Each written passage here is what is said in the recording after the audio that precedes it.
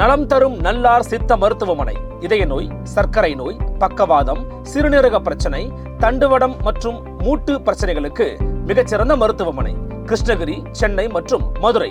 தொடர்புக்கு 8807666117 மற்றும் 8807666118. இது இந்த சமூகத்துடைய இழிவான முகத்தை காட்சிப்படுத்துது. This case shows the ugly face of the society. ஒரு கவர்மெண்ட்டா, ஒரு கவர்னன்ஸா அது என்ன மாதிரியான ரியாக்ஷன் கொடுக்குது, அதுலேருந்து தான் அந்த அரசின் மீதான மதிப்பீடு வந்து நம்மளுக்கு ஏறுறதும் குறையிறதும், இல்லை நீயும் ஒரு கேஸ்டிஸ்ட் கவர்மெண்ட் அப்படின்னு சொல்கிறோம். என்ன பத்தலைன்னு கேட்குறேன். என்ன ரியாக்ஷன் உங்களுக்கு பத்தலை அப்படிங்கிறது தெளிவு. ரியாக்டே பண்ணாமல் இருக்கிறேன்ற, நீ ரியாக்டே பண்ணலை. இப்போ வரைக்கும் முதலமைச்சரோ துணை முதலமைச்சரோ ஒரு குறைந்தபட்ச ஒரு முதலமைச்சராக நான் உங்களோட நிற்கிறேன், உங்கள் கரங்களை பற்றி இருக்கிறேன் அப்படின்னு யாரும் சொல்லலாம். எல்லா இஷ்யூஸ்க்கும் பேசணும் தான் இருக்கு. மிக நிச்சயமா எல்லாத்துக்கும் பேசணுமா? கண்டிப்பா பண்ணணுங்க. என்ன பேசுறீங்க நீங்க? எதுக்கும் ரியாக்ட் பண்றீங்க? அஜித் குமாருக்கு பேசினாரா இல்லையா? அது போன் போட்டு பேசினாரா இல்லையா சிஎம்? அஜித் குமாருக்கு பேசினது ஒரு சாதியின் நலன், இவருக்கு கவினுக்கு பேசாமல் இருப்பதும் ஒரு சாதியின் நலன். நீங்க இது இப்படி சுருக்கி பேசுறீங்களா? நீங்க சுருக்கி பேசல, பிராடர் சென்ஸ்ல பார்க்க சொல்றேன்.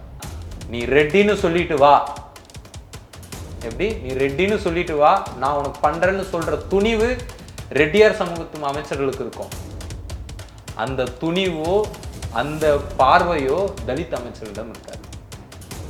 அதிமுக காலகட்டத்தில் ஆணவ கொலை நடந்த போது கட்சியையும் ஆட்சியையும் குறை கூறினார்களா இல்லையா? சொல்லுங்க. சொன்னாங்க. முதலமைச்சர் அன்னைக்கு சொன்னாங்க. இன்னைக்கு வந்தோடனே ஏன் ரைட் அப் எழுதுறீங்க?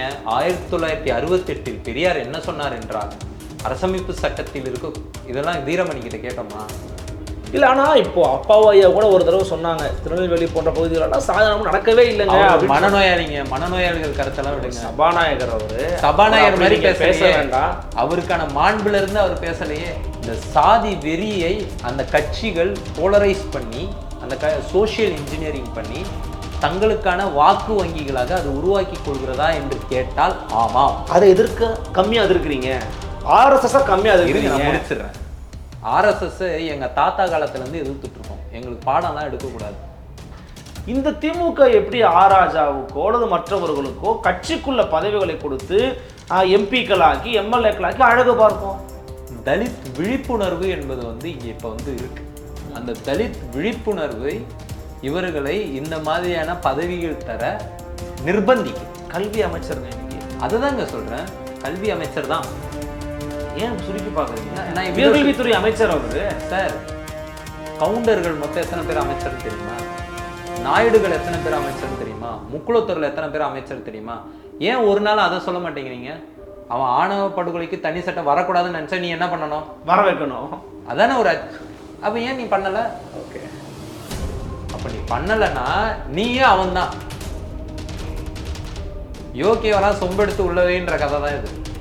நான் உறுதியாக நம்புகிறேன், திமுக அரசு சாதி இந்து பெரும்பான்மை சமூகத்தின் அரசாக செயல்படும்.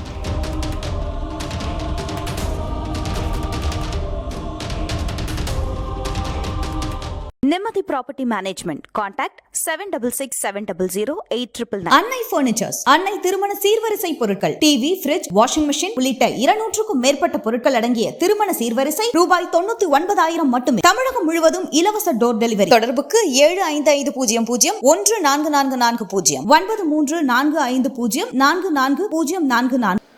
ஃபோர்த் ஸ்டேட் தமிழ் நேயர்களுக்கு அருள்மொழிவர்மனின் அன்பார்ந்த வணக்கங்கள். இது உங்கள் ஃபோர்த் ஸ்டேட் தமிழ் வழங்கும் பெருதும் பெருது நிகழ்ச்சி. இன்றைக்கு நம்ம நடந்திருக்கிறார் அம்பேத்கர் செயற்பாட்டாளர் மரியாதைக்குரிய திரு புளியந்தப்ப மோகன் அவர்கள். வணக்கம் தோழர். வணக்கம். எப்படி இருக்கீங்க? சமூகத்தில் கடந்து போக முடியாத ஒரு வழியை மீண்டும் தமிழ்நாட்டில் வந்து நம்ம பார்த்துருக்குறோம். கவின் அப்படிங்கிற தம்பியை ஆணவ படுகொலை பண்ணியிருக்கிறான் சுர்ஜித் அப்படிங்கிற ஒரு இளைஞன். அவனும் ஒரு சக இளைஞன் தான், படிச்சிருக்கிறான், அவனுக்கும் விஷயம்லாம் தெரியுது. ஆனாலும் ஒருத்தனை வந்து பேசி நீ வா என் கூட வா அப்படின்னு கூட்டிகிட்டு போய் ஜாதி பேர் சொல்லி கெட்ட வார்த்தையில் பேசி அவனை படுகொலை பண்ணியிருக்கிறான். அப்படின்னா இன்றைக்கி சொசைட்டியில் இன்னும் நிறைய பேர் இருக்கிறாங்க. இப்போல்லாம் யாருங்க சாதி பார்க்குறா அப்படின்னு கேட்குறவங்களாம் இருக்கிறாங்க. இந்த விஷயத்தை கேள்விப்படும் போது ஆஸ் ஒரு ஆக்டிவிஸ்ட்டாக உங்களுக்கு என்ன தோணுது? முதல்ல அதாவது ஒவ்வொரு ஆணவ படுகொலை, குறிப்பாக ரொம்ப சமீபத்தில் கோகுல்ராஜ் வழக்காக இருக்கட்டும், இப்போ உச்சநீதிமன்றம் கொடுத்த கண்ணகி முருகேசன் வழக்காக இருக்கட்டும், அதில் வந்து ஆணவ படுகொலைகளை நீதிமன்றங்கள் அணுகும் பொழுது நீதிமன்றங்கள் சொன்ன வார்த்தை என்னன்னா, இது இந்த சமூகத்துடைய இழிவான முகத்தை காட்சிப்படுத்துது. This case shows the ugly face of the சொசைட்டின்னாங்க. இன்னொரு முறை இந்த சமூகம் வந்து தன்னதோட இழிவான முகத்தை மீண்டும் காட்டியுள்ளது. இந்த கொலை செய்தி கேட்டவுடன் எனக்கு அதுதான் தோணுச்சு.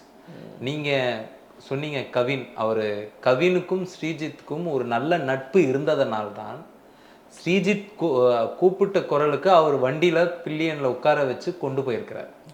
நீங்கள் நல்லா பார்த்துக்கோங்க, இது நட்பின் வந்து மூலதனமாக வச்சு கூட நடந்திருக்கலாம். இந்த கொலை வாய்ப்பு இருக்குது, 100% வாய்ப்பு இருக்குது. ஏன்னா இல்லைன்னா வந்து ஒரு பையன் வந்து கூப்பிட்ட உடனே போகிறதுக்கான, ஏன்னா ஒரு கொலை நடக்குது அப்படின்னா ஒரு முன்னாடியே இவங்க 2 பேருக்கு பகமே இருந்ததுன்னா கூப்பிட்ட உடனே வண்டியில் உட்கார போக மாட்டாங்க.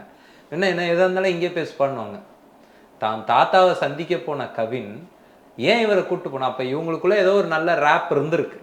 அதை ஒட்டி தான் அப்போ ஒரு நம்பி வந்தவனை நீ வந்து என்ன பண்ணுறன்னா கூப்பிட்டு போய் வெட்டி வந்து கொலை பண்ணுற. அப்போ உன் மூளை எந்த அளவுக்கு வந்து ஒரு உன் மூளை எந்த அளவுக்கு கரப்டாக இருக்குது, நீ எந்த அளவுக்கு சிந்தனா ரீதியாக வந்து நீ எந்த அளவுக்கு வந்து ஒரு சாதி வெறி உச்சத்தை தொட்டிருக்கிற. ஒரு 23 வயது, இன்னும் உனக்கு வாழ்க்கையே ஆரம்பிக்கலை. வாழ்க்கையே ஆரம்பிக்காத ஒரு காலகட்டத்தில் நீ இந்த மாதிரி உனக்கு ஒரு சிந்தனை வந்திருக்குன்னா அப்போ நீ அது உனக்கு என்ன பண்ணும்? இப்போ இதுக்கு அடுத்து இருக்க போகிற வாழ்க்கை நீ என்னவா வாழ முடியும்? நீ இதோ பண்ண கடைசியில் இப்போ நீ வந்து ஒரு கொலைகாரனாக மாறி நிற்கிற.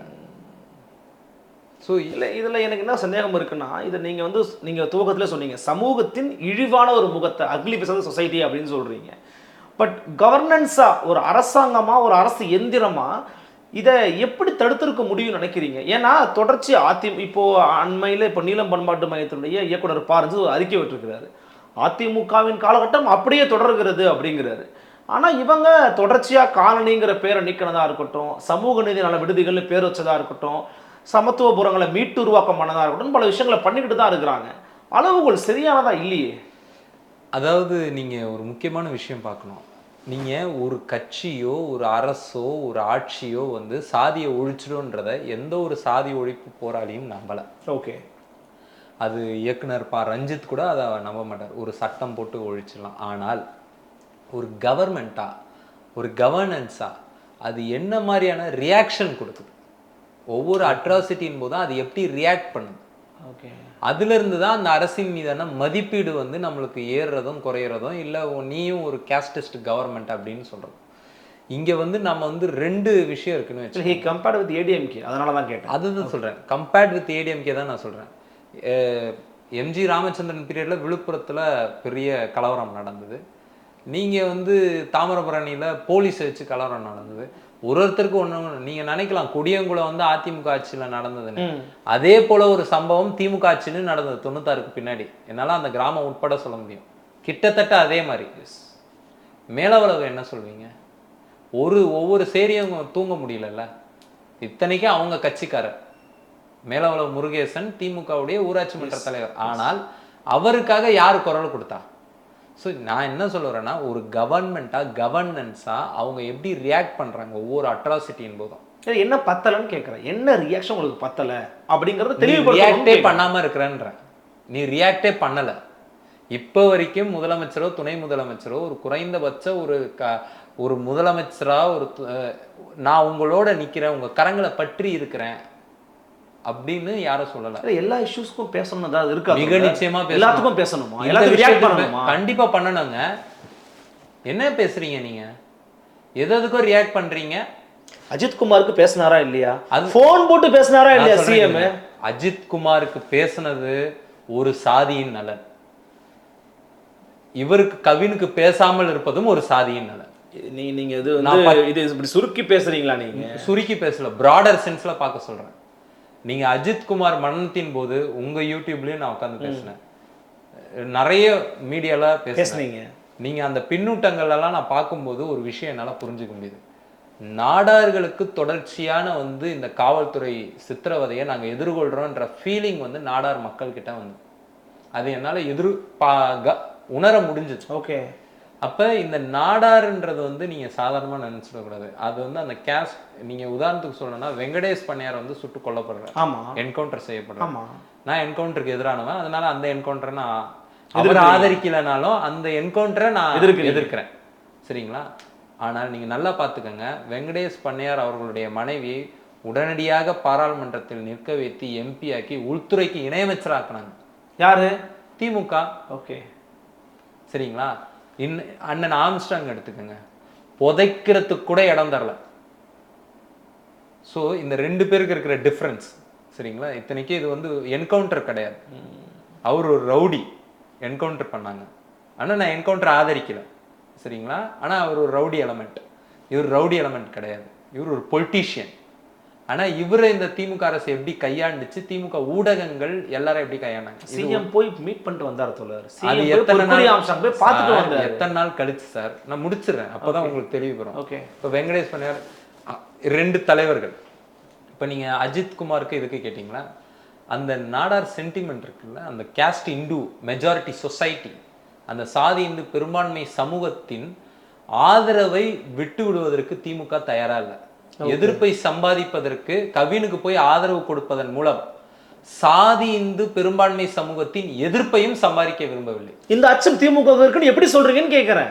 100% இருக்கிறதுனால தான் நீங்க இப்ப வரைக்கும் ஸ்ரீஜித்துடைய தந்தையும் தாயும் கைது செய்யப்படவில்லை. சஸ்பெண்ட் பண்ணிருக்காங்க தோழர், சிபிசிஐடிக்கு மாத்திருக்காங்க. சஸ்பெண்ட் வந்து ஒரு கண் துடைப்புங்க. என்னங்க சஸ்பெண்டு? என்ன வச்சுட்டு ப்ரமோஷனா கொடுப்பீங்க இந்த வேலை பண்ணா? என்ன பேசுறீங்க நீங்க? நான் மீண்டும் மீண்டும் சொல்றேன், வேங்கை வயல்ல நீங்க அவரை ஒரு ஊராட்சி மன்ற தலைவராக மட்டும் பாக்குறீங்க, நான் ஒரு சாதி இந்து பெரும்பான்மை சமூகத்தின் பிரதிநிதியா பாக்குறேன். நீங்க இந்த 2 பேரும் வெறும் சப் இன்ஸ்பெக்டரா பாக்குறீங்க, நான் சாதி இந்து பெரும்பான்மை சமூகத்தின் பிரதிநிதியா பாக்குறேன். கௌசல்யாவின் தந்தையை ஒரு டிரான்ஸ்போர்ட் ஓனரா பாக்குறீங்க, நான் சாதி இந்து பெரும்பான்மை சமூகத்தின் பிரதிநிதியா பாக்குறேன். பள்ளிக்கரணையில கொல்லப்பட்ட ஆணவ படுகொலை செய்யப்பட்ட ஷர்மிளா பிரவீன் ஷர்மிளாவோட கணவர், சரிங்களா? அந்த பெண் பேர் ஷர்மிளா. அவங்களுடைய தாய் தந்தையே சாதாரண ஒரு சின்ன தொழில் நடத்துறவங்களா பாத்தீங்க, நான் அவங்கள சாதி இந்த பெரும்பான்மை சமூகத்தின் பிரதிநிதியா பாக்குறேன். சரிங்களா? அதனால இந்த சாதி இந்து பெரும்பான்மை சமூகத்தின் பிரதிநிதிகள் மீது அவர்களுக்கு எதிரான நடவடிக்கையை எடுப்பதற்கு இந்த அரசுகளுக்கு துணிவில்லை. ஏன்னா இந்த அரசு என்பது வெறும் ஸ்டேட் மிஷனரி மட்டும் கிடையாது, அது ஒரு கேஸ்ட் மிஷனரி. அந்த கேஸ்ட் மிஷனரியா சந்துரு அவர்கள் தலைமையில ஒரு குழுவை போட்டு சாதி ஒழிப்பிற்கான வேலைகளை துவங்குங்க பாருங்கன்னு சொல்லணும். அந்த கேஸ்ட் மிஷனரியா சமூக நீதி கண்காணிப்பு குழு போடணும். அந்த கேஸ்ட் மிஷனரியா காலனிங்கிற நேம தூக்கணும்னு சொல்லி ஆர்டர் போடணும். சொல்லிட்டீங்களா? அந்த சாதி மிஷனரி போட்ட குழு, அந்த குழு கொடுத்த பரிந்துரைகளை இன்னைய வரைக்கும் எந்த ஒரு பதிலும் சொல்லாம இருக்குது தமிழ்நாடு அரசு. போட்டாங்க, ரைட். ராஜகோபால் ஆச்சாரி தான் சொல்லுவாரு, ராஜகோபால் ஆச்சாரி அவர் சொல்லுவாரு, ஒரு பிரச்சனையை முதல்ல மூடி மறைக்கணும்னா கிணத்துல கல்ல போடுற மாதிரி முதல்ல ஒரு குழுவை போட்டுருன்னு. அந்த மாதிரிதான் இந்த கமிஷன்லாம் ஐவாஷ். அது அருணா ஜெகதீசன் ஆணையமா, எடப்பாடி டைம்ல தூத்துக்குடிக்கு போட்ட அருணா ஜெகதீசன் ஆணையமா இருக்கட்டும், இப்ப வந்து பள்ளிகள்ல அதிகமா நடந்த வன்கொடுமைகளை பார்த்து கொதித்தெழுந்த மக்களிடமிருந்து தப்பிப்பதற்காக போடப்பட்ட சந்திர ஆணையமா இருக்கட்டும், எல்லாம் வந்து கண் துடைப்பு தான். ஸோ நீங்க மெயின் பிரச்சனையை டைவர்ட் பண்ணாதீங்க. அப்ப இந்த சாதி இந்து பெரும்பான்மை சமூகத்தின் பிரதிநிதிகள் இருக்கிறாங்களே, அவங்கள தொடுவதற்கு எந்த அரசுக்கு துணிவில்லை. ஏன்னா இன்னைக்கு எனக்கு ஒரு பிரச்சனை அப்படின்னா அந்த கவினுடைய தந்தை யார பிரதிநிதியா பார்த்தாரு? டாக்டர் திருமாவை தான் பார்க்கறாரு. ஏன் பார்க்கறாரு? அவருக்கு அதிகபட்சம் பண்ணா டாக்டர் திருமா தாங்க. அவர் இருக்கிறாரு, தலைவர் பேசுவாரு அப்படிங்கிற அப்படி கூட கிடையாது. இன்னைக்கு கண்ணுக்கு தெரிஞ்சு அவர் மட்டும்தான் இருக்கிறார். அவர் சரியா செய்வாரா அதுக்குள்ளெல்லாம் நான் போல. அவரை ஆதரிச்சு பேசுறதுக்கு எதிர்த்து அதுக்கு நான் இப்ப நான் இல்லை சொல்றேன். அதிகபட்சமா போனா எங்களால ஒரு நாடாளுமன்ற உறுப்பினர், ஒரு கட்சியின் தலைவர், சரிங்களா, அவரை தான் போய் அணுக முடியும். ஆனால் நீங்க இந்த எஸ்ஐக்கள் வந்து முக்குளத்தூர்ல அதிகபட்சமா இருக்கக்கூடிய அமைச்சர்கள் வரைக்கும் பேச முடியும். அவங்களுக்கு அந்த நெக்ஸஸ் இருக்கும். புரிஞ்சுக்கிறேன். நீங்க புதுக்கோட்டையில அந்த வேங்கை வயல்ல வன்கொடுமை பண்ண அந்த ஊராட்சி மன்ற தலைவருக்கு புதுக்கோட்டை மாவட்ட அமைச்சர்கள் உதவி பண்ணுவாங்க. நீங்க இதே வட தமிழ்நாட்டுல எதனா ஒரு தறி நேர சமூகத்துக்கு ஒரு பிரச்சனைனா அந்த அமைச்சரை சந்திக்கிற அளவுக்கு அவங்களுக்கு நெக்ஸஸ் இருக்கும். வேலூர்ல ஒரு பிரச்சனைனா கேபினெட்ல முக்கியமா இருக்கிற அமைச்சரை சந்திக்கிற அளவுக்கு அவங்களுக்கு நெக்ஸஸ் இருக்கும். சரிங்களா? நீ ரெட்டின்னு சொல்லிட்டு வா, எப்படி நீ ரெட்டின்னு சொல்லிட்டு வா, நான் உனக்கு பண்றேன்னு சொல்ற துணிவு ரெட்டியார் சமூகத்து அமைச்சர்களுக்கு இருக்கும். அந்த துணிவோ அந்த பார்வையோ தலித் அமைச்சர்களிடம் இருக்காது. அவன் ரெட்டியாருக்காக நான் அமைச்சரானன்னு தைரியமா சொல்லுவான், இவன் தலித்துக்காக நான் அமைச்சரானன்னு சொல்லவே மாட்டான். சரிங்களா? ஸோ இதுதான் இங்க இருக்கிற வந்து பொலிட்டிக்கலா இருக்கக்கூடிய ரியல் ஃபேக்ட். ஸோ இந்த இடத்துல இருந்து தான் நீங்க இந்த பிரச்சனையை அணுகணும். எல்லாருமே நீங்க வந்து கண்டிக்கிறாங்க இன்னைக்கு, ஆனால் உண்மையான ஏன் கைது செய்யாம இருக்கிறாங்கன்றதுக்கு பின்னாடி நம்ம வந்து பேச மாட்டேங்கிறோம். நீங்க எல்லாருமே பார்த்தா தனித்தனியா பார்த்தா இங்க பெரும்பான்மை சாதினே ஒண்ணு கிடையாது. ஆனால் பெரும்பான்மை சாதி ஒன்று இருக்கு. அது என்ன சாதினா, இந்த கேஸ்ட் இந்த மெஜாரிட்டி சொசைட்டி இருக்குல்ல, அந்த சிறுபான்மையெல்லாம் திடீர் பெரும்பான்மையா உருவெடுக்கும். ஓகே, யாருக்கு எதிராக உருவெடுக்கும்னா இந்த ஒடுக்கப்பட்ட மக்களுக்கு எதிராக உருவெடுக்கும். அப்ப இந்த ஒடுக்கப்பட்ட மக்கள் 20% இருந்தாலும் 25% இருந்தாலும் அவங்க சிறுபான்மையா வராங்க. அதனாலதான் இது இந்த ஓட்டு எனக்கு எப்படியும் கிடைக்கும்டா, என் கூட்டணியிலே ஒருத்தர் இருக்காரு, 2 பேர் இருக்காங்க, 3 பேர் இருக்காங்க, 4 பேர், எத்தனை பேர் என் கூட்டணியில இருக்க வாங்கி தந்துருவாங்க, இல்ல என் கட்சியில இருக்கிறவங்க வாங்கி தந்துருவாங்க. அந்த அசட்டு துணிச்சலும் சாதி இந்த ஓட்டை நாம் அவர்களை எதிர்ப்பதன் மூலம் பெற்றுவிட முடியாது என்கின்ற அந்த வந்து தற்காப்பு உணர்வும் தான் எந்த ஒரு நடவடிக்கையும் எடுக்காம. எனக்கு என்ன ஒரு சந்தேகம்னா, இது நீங்க வந்து சமூக பிரச்சனை, சமூகத்தில் இருக்கிற புறையோடி போருக்கிற சாதிங்கிற அழுக்க வந்து நம்ம நீக்காம அதை மாற்ற முடியாதுன்னு சொல்லும்போது அரசுக்கே முழு பொறுப்பு இருக்குன்னு அந்த பக்கம் முழுசா தள்ளுறீங்களோ? அப்படி ஒரு உணர்வு வருது, தோற்றம் வருது. நான் அப்படி தள்ள மாட்டேங்க. நான் இதுல வந்து சமூகத்தின் பொறுப்பையே நான் தட்டி கழிக்கல. அரசுக்கு ஒரு பொறுப்பு இருக்கா, அதை பேசாம இருக்காதீங்கன்னு சொல்றேன். ஏன்னா இன்னைக்கு நம்ம என்ன காலகட்டத்தில் வாழ்றோம்னு தெரியும் உங்களுக்கு. ஊடகங்கள் மூலம் கருத்து உருவாக்க செய்யக்கூடிய காலகட்டத்தில் இருக்கும். நீங்க ஒரு ஊடகவியலாளராக அதை நீங்க ஒத்துப்பீங்க. எஸ், ஒத்துக்கிறேன். ஊடகங்கள் ஒரு கருத்து உருவாக்கம் பண்ணுது. ஒரு காலத்துல வந்து ஜெயலலிதாவுக்கு யாரு தேர்தல் வியூக வகுப்பாளராக இருந்தாருன்னு கண்டுபிடிக்கிறதே ஒரு புலன் விசாரணை. 2011 காலகட்டங்களை அன்னைக்கு கருணாநிதிக்கு யார் இருந்தாருன்னு கண்டுபிடிக்கிறது ஒரு புலன் விசாரணை. இன்னைக்கு அப்படிலாம் இல்லை, உட்காந்து MOU போட்டு வெளிப்படையா பிரஸ் மீட் வச்சு அறிவிக்கிறாங்க. தேர்தல் வியூ அவர் என்னங்க பண்ணுவாருன்னா மீடியா இதெல்லாம் பண்ணுவாரு, கருத்து உருவாக்கம் பண்ணுவாருன்னு பச்சையா அவங்களே ஒத்துக்கிறாங்க. ஸோ அந்த காலகட்டத்துல நம்ம வாழ்ந்துட்டு இருக்கோம். அதிமுக காலகட்டத்துல ஆணவ கொலை நடந்த போது கட்சியையும் ஆட்சியையும் குறை கூறினார்களா இல்லையா? சொல்லுங்க. சொன்னாங்க. முதலமைச்சர் அன்னைக்கு சொன்னாங்க. இன்னைக்கு வந்தோடனே ஏன் ரைட் அப் எழுதுறீங்க? 1968 பெரியார் என்ன சொன்னார் என்றால், அரசமைப்பு சட்டத்தில் இருக்க இதெல்லாம் வீரமணி கிட்ட கேட்டோமா? ஆசிரியர் வீரமணி கிட்ட கேட்டோமா? ஆசிரியர் ஐயா என்ன பண்ணணும்? மருத்துவமனையில இருக்கிறாரு, எதுவுமே பேச முடியலன்னா ஆசிரியர் ஐயா அமைதியா இருந்தணும். ஒரு திராவிட இயக்கத்தின் தலைவருங்க, தலைவர் மாதிரி பேச முடியும். தலைவர் மாதிரி பேசணும். ஒரு திராவிடர் இயக்கத்தோட தலைவர் மாதிரி பேசணும். என்ன அபத்தத்தை கண்டுட்டீங்கன்னு புரியல எனக்கு. அது ஒரு அறிக்கையா? அது ஒரு அறிக்கையா? அது ஒரு அறிக்கையான்னு கேட்கிறேன். அந்த சங்கராச்சாரி, அந்த காஞ்சி மடத்தோட சங்கராச்சாரி தமிழ் தாய் வாழ்த்துக்கு எழுந்து நிக்கலன்னு தமிழ்நாடே கொந்தளிச்சுது. ஆமா, இங்க வந்து என் சுயம் அபகரிக்கப்பட்டிருக்கு, என் சாதியின் பேரால் நான் கொல்லப்பட்டிருக்கிறேன். ஒருத்தன் கூட ஒரு அரைச்சிட்டுறங்கானோ. அந்த பொண்ணு என்ன பண்ணுச்சு, அவங்க அப்பா வந்து அந்த அப்பா பேசுனது ஒரு 2 வரியை கட் பண்ணி போட்டுட்டு அவருக்கு அறிவுரை கூடுறது. அதாவது இந்த சாதி ஆணவ கொலைகளை நாம் எப்படி பார்ப்பது என்றால், சட்டம் போட்டெல்லாம் தடுத்திட முடியாது, ஒரு கட்சியை குறை சொல்ல முடியாது. அதை ஏன் நீ இப்ப பேசுற? அப்ப இப்ப நீ பேசுறன்னா உனக்கு நோக்கம் வந்து ஒருத்தரை காப்பாத்துறது. அதுக்கு நான் அடி பண்ணிய முடியாது. எனக்கு தெரியும், ஒரு கட்சியாலேயோ ஆட்சியாலேயோ சட்டம் போட்டு ஒரு விஷயத்தை ஒழித்து விட முடியாது.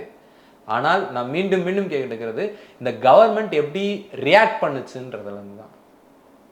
நான் எனது கரங்களை பற்றி நிற்க இங்க யாரும் இல்லைன்றேன். இல்ல, சாதி மறுப்பையோ அல்லது வந்து திராவிட இயக்கத்தினுடைய கூறுகளையோ இந்த அரசாங்கம் போய் பரப்பலன்னு சொல்ல வரீங்களா? 100% பரப்பலங்க, 100% பரப்பல.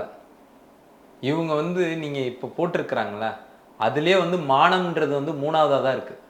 நன்காக்க, மொழி காக்க, மானம் காக்க. மானம் மொழி தான், மானம் தான் முக்கியம். பெரியார் என்ன சொன்னாரு? மானம் அறிவுன்னாரு.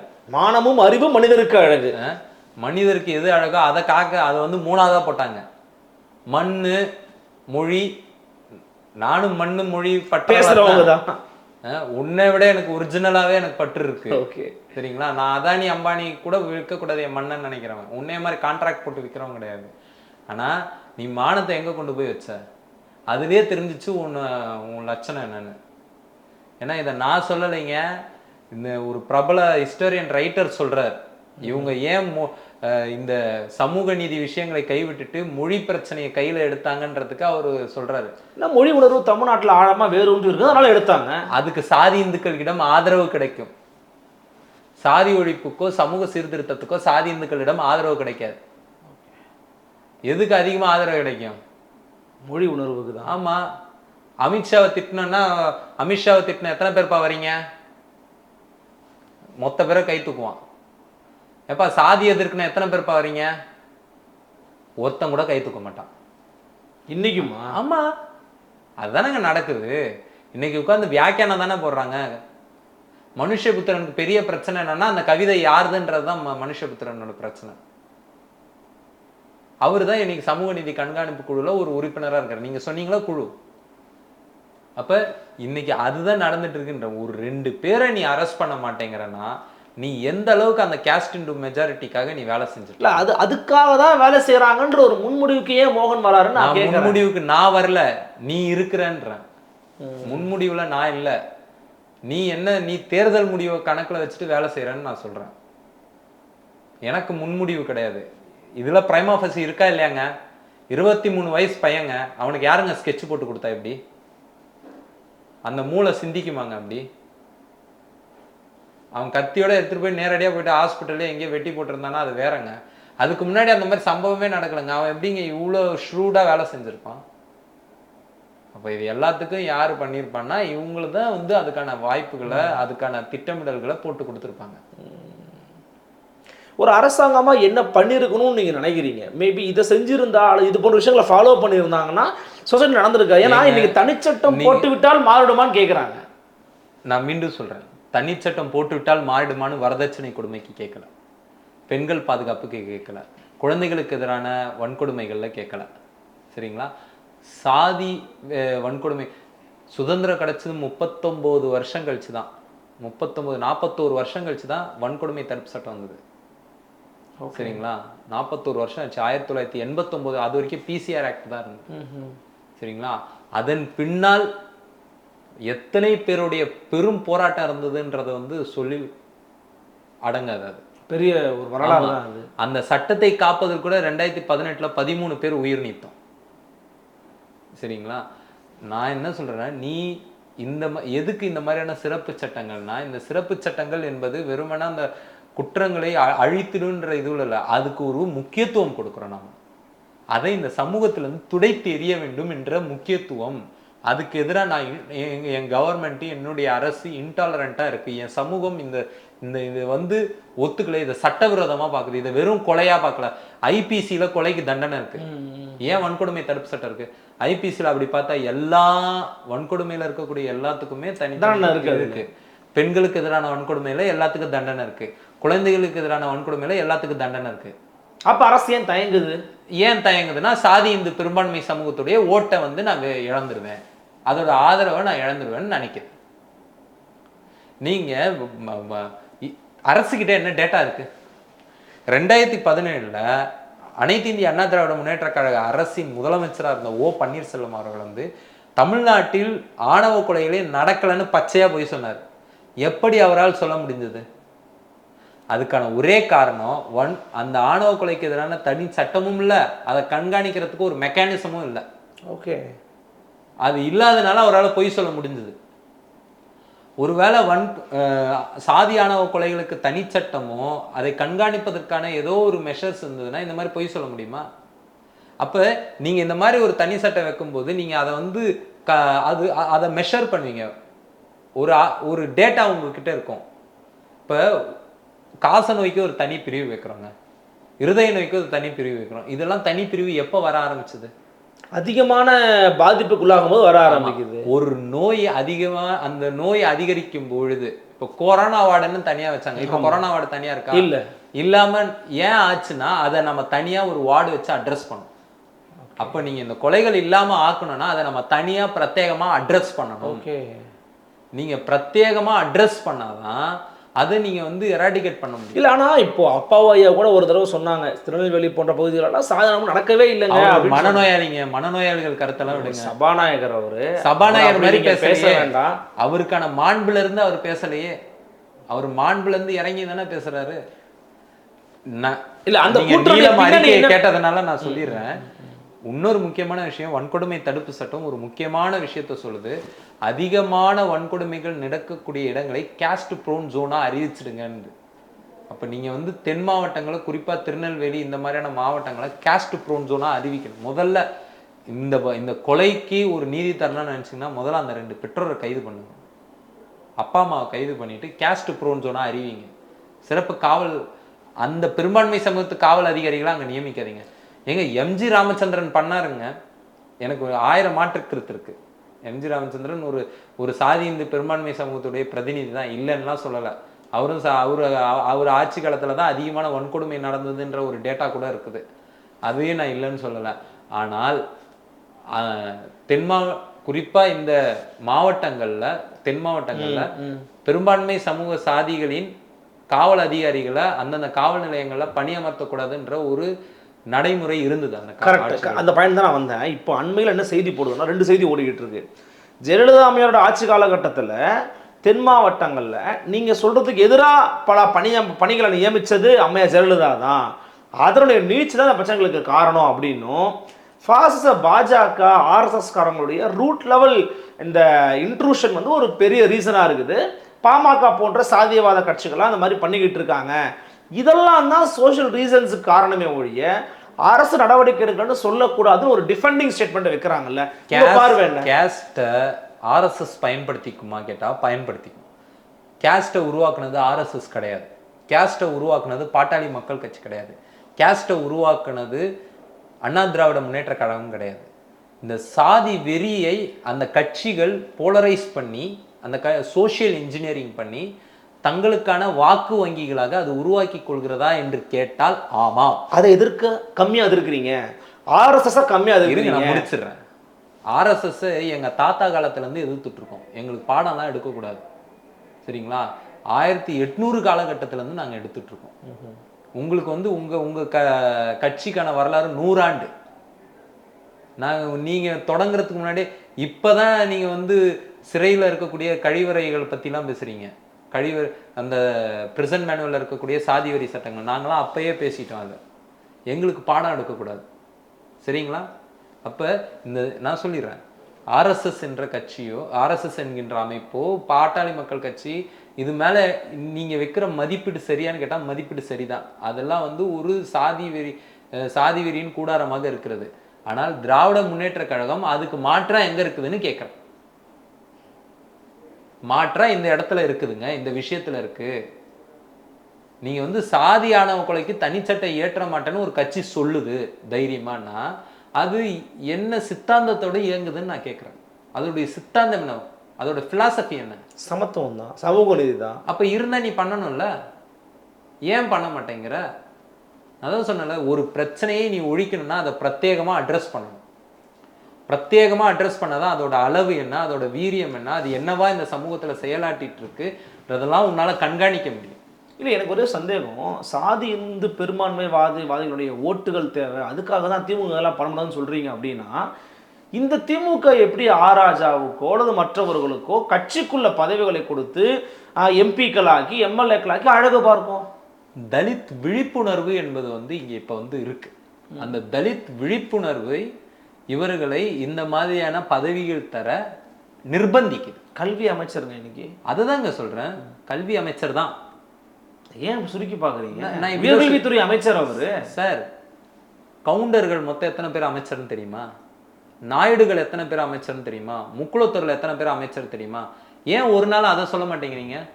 முக்குளத்தூர்ல நான் 5 பேர் அமைச்சர், நாங்க வாய்ப்பு கொடுத்தோம் 5 பேருக்கு சொல்லு. கவுண்டர்ல 4 பேருக்கு நாங்க வாய்ப்பு கொடுத்தோம்னு சொல்லு. முதலியார்ல 2 பேருக்கு வாய்ப்பு கொடுத்தோம்னு சொல்லு. வன்னியர்ல 6 பேருக்கு வாய்ப்பு கொடுத்தோம்னு சொல்லு. நாயுடுகள்ல 3 பேருக்கு, ரெட்டியார்ல 2 பேருக்கு வாய்ப்பு கொடுத்தோம்னு சொல்லு. சொல்லணுமா கூடாதா? சொல்லணும். ஏன் தலித்துகளுக்கு நாங்க 4 பேருக்கு வாய்ப்பு கொடுத்தோன்றீங்க?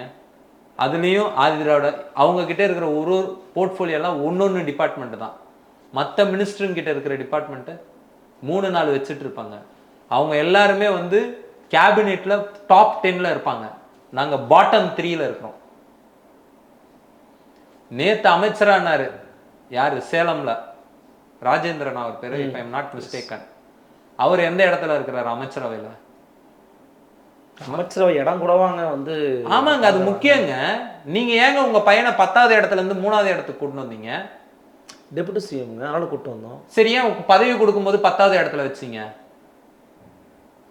சீனியர் அமைச்சர்லாம் பின்னுக்கு தள்ளி மொத்தமே அரசியல் அனுபவம் 2.5 ஆண்டு தான்,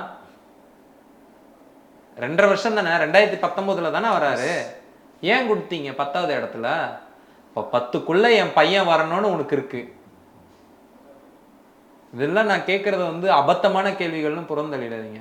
நீங்க ஒரு கேள்வி கேட்டீங்க, அதுல இருந்து விலகிட்டீங்க. அப்ப இந்த RSS, பாட்டாளி மக்கள் கட்சி, அண்ணா திராவிட முன்னேற்ற கழகம் இந்த மாதிரியான பிரச்சனைகளை அது வந்து கண்டும் காணாமல் இருக்கிறது. அந்த பிரச்சனைகள் நபர்களை வந்து பாதுகாக்கிறதான்னு கேட்டா அது பாதுகாத்தது. அவங்க தான் மெயின் ரீசன் சொல்றாங்க. இந்த பிரச்சனைகளுக்கு மெயின் காரணம் அவங்கள அட்டாக் பண்ணி, அவங்கள புறந்தள்ளி, அவங்கள ஒடுக்கி, அவங்கள அழிச்சு நான் உன்னை ஆட்சியில உட்கார வச்சு சொல்லுங்க. அடுத்து சிஸ்டம் கிளீனா இருக்கும்ன்றாங்க. நீ ஆட்சியை உன்னதான் உட்கார வச்சுட்டேன்ல. அப்ப சரி, நான் உங்க லாஜிக் படி வரேன். பாட்டாளி மக்கள் கட்சி, RSS, அதிமுக, பாஜக இந்த 4 கட்சி சாதி வெறியை வளர்க்குது. அப்ப சாதி வெறியை வளர்க்குற இந்த 4 கட்சியும் ஆணவ படுகொலைக்கு தனி சட்டத்துக்கு எதிரியா இல்லையா? ஆணவ கொலை கேட்கவே இல்லை சார். அவங்க கேட்கல. ஆமா கேட்கல. எஸ் கேட்கல. ஆமா அதிமுக கேட்கல. எஸ் கேட்கல. அதனால கேக்குது, நாம் தமிழர் கேக்குது, சிபிஎம் கேக்குது, கேட்கல. நானும் சொல்றேன் கேட்கல. அதனாலதான் அது சாதி இந்து பெரும்பான்மை கட்சியின் பிரதிநிதின்றேன். இப்ப நம்ம திராவிட முன்னேற்ற கழகமும் கண்டிக்கல ஒரு கட்சியா.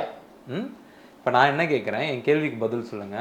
4 கட்சியும் சாதி ஆணவ படுகொலைக்கு எதிரான தனிச்சட்டத்துக்கு எதிரியா நண்பனா? இவங்க பாயிண்ட் படி பார்த்தா எதிரி விரும்புறத நீ ஏன் செய்யாம இருக்கிற? எதிரி ஒண்ண விரும்புறான், அதை நீ செஞ்சிடணும்ல, செய்யாம இருக்கணும்ல. அவன் ஆணவ படுகொலைக்கு தனி சட்டம் வரக்கூடாதுன்னு நினைச்சா நீ என்ன பண்ணணும்? வர வைக்கணும். அதானே ஒரு. அப்ப ஏன் நீ பண்ணல? ஓகே, அப்ப நீ பண்ணலன்னா நீயே அவன் தான் யோகே வரா சொம்பெடுத்து உள்ளவேன்ற கதை தான் இது. சரிங்களா? அப்ப இவங்களும் வந்து அதே ஒரு மென்டாலிட்டியில இருக்கக்கூடியவங்க தான். நீங்க அளவுகள்ல வேணா மாறுபடலாம். சரிங்களா? அதிமுக இருக்கிறவன் வெளிப்படையா பேசுவான், இவன் மறைமுகமா பேசுவான். உங்க கட்சியில இருக்கக்கூடிய, உங்க கூட்டணியில இருக்கக்கூடிய கொங்கு நாடு மக்கள் தேசிய கட்சி யாருன்னு நமக்கு தெரியும். அது ஒரு பிராந்தியத்துக்குள்ள செய்யுதுன்னா அதிமுக மாநிலம் முழுக்க செய்யும். ஆனா நீ ஏமாத்தாதன்ற. வெளியில ஒண்ணு இருக்கிறாங்கன்னு நினைக்கிறீங்க. ஏங்க ஆணவ படுகொலைக்கு தனிச்சட்டம் ஐபிசிக்குள்ளே எல்லாருக்குன்னா எனக்கு மூளை இல்லையா? சட்டம் படிச்சவன் தானே நானு. மரியாதைக்குரிய பாப்பா மோகன் அளவுக்கு சட்டம் தெரியாதவங்க யாருன்னா இருப்பாங்களா? அவரு கேட்கிறாருங்க ஆணவ படுகொலைக்கு தனி சட்டம். அவரும் தான் கேட்கிறாரு, நானும் தான் கேட்கிறேன், எல்லாரும் தான் கேட்கிறோம். Shakti Vahini versus union of India வழக்குல உச்சநீதிமன்றம் சொல்லுது, கம்ப்ளைண்ட் அத்தாரிட்டி உண்டாக்குங்க, அவங்களுக்கு வேலை வாய்ப்பு கொடுங்க, அவங்களுக்கு தனி பாதுகாப்பான இடங்கள் ஏற்படும். சாதி மறுப்பு திருமணம் பண்ணாங்கன்னா ரிசர்வேஷன் கொடுக்குறாங்க தமிழக அரசு. அப்படிலாம் தரல சார், சும்மா எதனா ஒண்ணு உளராதீங்க சார். கொடுக்கவே இல்லைன்றீங்களா? நான் மீண்டும் சொல்றேன், பள்ளிக்கரணை கொலை நடந்தது இந்த ஆட்சியின் மெத்தன போக்கால். பள்ளிக்கரணை ஆணவ கொலை நடந்ததுக்கு ஸ்டாலின் அரசு தான் காரணம்னு அவங்க எத்தனை முறை காவல் நிலையத்துல போய் மண்டாடி நின்னுப்பாங்க. அந்த பொண்ணு தற்கொலை கடிதம் எழுதி வச்சுட்டு செத்துதுங்க. என் சாவுக்கு காரணம் டிஎஸ்பியும் சப் இன்ஸ்பெக்டர்னு. என்ன சொல்வீங்க? இத சொல்லுங்க, பதில் சொல்லுங்க. அதுக்கு யார் பொறுப்பு? அந்த பெண் சார்ந்த ஒரு குறிப்பிட்ட சமூகத்தின் அமைச்சர் பின்புலமா இருந்தாரா? நான் தான் சொல்றேன்ல, ஒண்ணுமே தேவையில்ல, நீங்க அவங்க சாதியா இருந்தா போதும், ஐயா என் பொண்ணு போயிடுச்சுங்கயான்னு சொல்லிட்டீங்கன்னா போதும். அவன் சாதியை அப்படியே தக்க வச்சுக்கிறதுக்காக ஒண்ணும் இல்லாதவனு கூட இந்த அமைச்சர் உதவி பண்ணுவான். அதுவே பணம் படைச்சவன் தானே பணமா ஏழையான்னு பார்த்து அப்ப பணம்கார பக்கம் நிற்பான். இங்க பணம் அல்ல ரோல், சாதி தான் ரோல். ஓகே, நீங்க எல்லா சம்பவங்களும் அதை தான் நம்மளுக்கு நிரூபணம் பண்ணிட்டு இருக்குன்ற, இந்த சம்பவம் உட்பட. ஆமா, what will be the solution தோழர்? என்ன பண்ணால் அது என்ன நடக்கணும், எது நடந்தால் இது ப்ரொக்ரெசிவான ஒரு அரசா மாறும், நாடா மாறும்? இயக்கங்கள் கிட்ட நான் வைக்கிற கோரிக்கை என்னன்னா, இப்போது நாம் ஒரு இயக்கத்தை கட்ட வேண்டும். ஆணவ படுகொலைக்கு எதிரான தனி சட்டத்தையும் இந்த காஸ்ட் ப்ரோன் ஜோனை அறிவிக்க கோரியும் இந்த 2 கோரிக்கையை நம்ம முன்னே எடுத்துட்டு போகணும். இதனால பாசிசம் வந்துடும், பாஜக வந்துடும், இந்த கதைலாம் வேணாம். இதை பண்ணாம இருந்தாதான் வரும், கட்டாயமா வரும். இதை பண்ணாம இருந்தாதான் வரும். அதனால நாம இந்த பண்ணணுன்ற கோரிக்கையை நான் இயக்கங்கள் கிட்ட வச்சுட்டு, அரசு கிட்ட நான் சொல்றது என்னன்னா, நீங்க செஞ்சதை செஞ்சுட்டீங்க, இந்த முறையாவது இந்த 2 பேரை கைது பண்ணிட்டு காஸ்ட் ப்ரோன் ஜோனா அறிவிங்க. திருநெல்வேலியை குறிப்பா அந்த மாவட்டத்தை தான் அறிவிங்க. ஏன்னா அது தொடர்ச்சியா நடந்துட்டு இருக்கு வன்கொடுமைகள். இப்ப திருப்பி கூட ஒரு காவல்துறை அதிகாரியே ஒரு பையன் சிறுவன் அறிவாளால வெட்ட போயிருக்கான் அப்படிங்கிற செய்தி அதே ஏரியால பாக்குறோம். அப்ப நீங்க அதை காஸ்ட் ப்ரோன் ஜோனா அறிவிங்க. இனி சாதி ஆணவ கொலைக்கு எதிராக தனிச்சட்டை ஏற்றுறது மூலம் மீண்டும் மீண்டும் சொல்றேன், குறைந்தபட்சம் ஒரு ஹெல்ப்லைனா ஒன்னாக்குங்க. உங்க போலீஸ்க்கு அறிவுரை வைங்க. போலீஸ்காரங்கள மாதிரி ஒரு கட்ரோட் கேஸ்டிஸ்ட்டை நீங்க பார்க்கவே முடியாது. சாதியவாதிகள், ஆமா, அவர்கள் போட்டுட்டு இருக்கிறதான் காக்கி உடுப்பு. அந்த காக்கி உடுப்புக்குள்ள இருக்கிறது சாதி தான். அதனாலதான் ஒவ்வொரு சாதி மறுப்பு திருமணங்களின் போதும் நம்மளுக்கு தலைவலியா நிக்கிறது போலீஸ் தான்.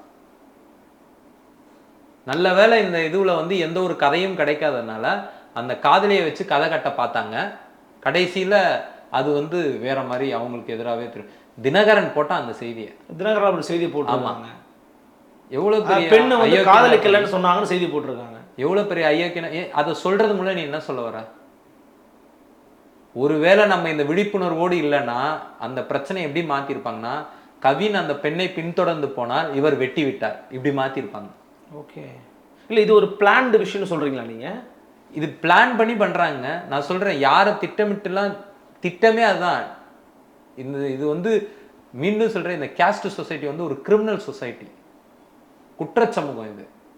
இது அந்த கான்ஸ்பிரசி இவங்களுக்கு யாரும் சொல்லி எல்லாம் பண்ணவே வேண்டாம், இவங்களே பண்ணுவாங்க, டிசைனாவே பண்ணுவாங்க.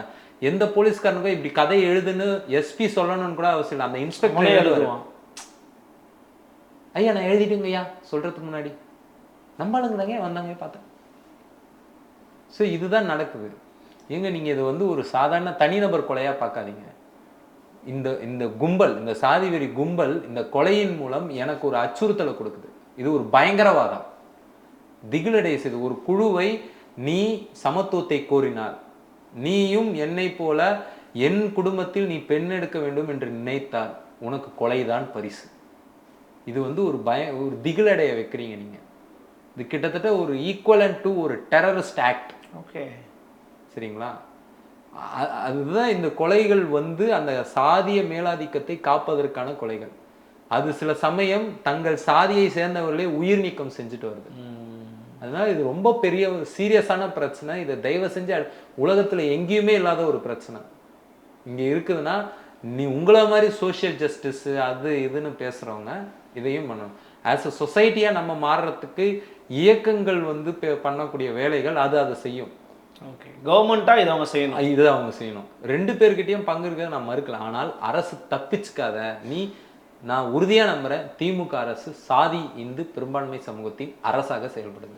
பலவிதமான கருத்துக்களை ரொம்ப வெளிப்படையாக ஆழமாக பகிர்ந்துக்கிட்டீங்க. பொறுத்திருந்து பார்க்கலாம் அரசு எப்படி நடவடிக்கை எடுக்கிறாங்கன்னு. மிக்க நன்றி. நன்றி. நன்றி. முன் சந்திக்கலாம். வணக்கம்.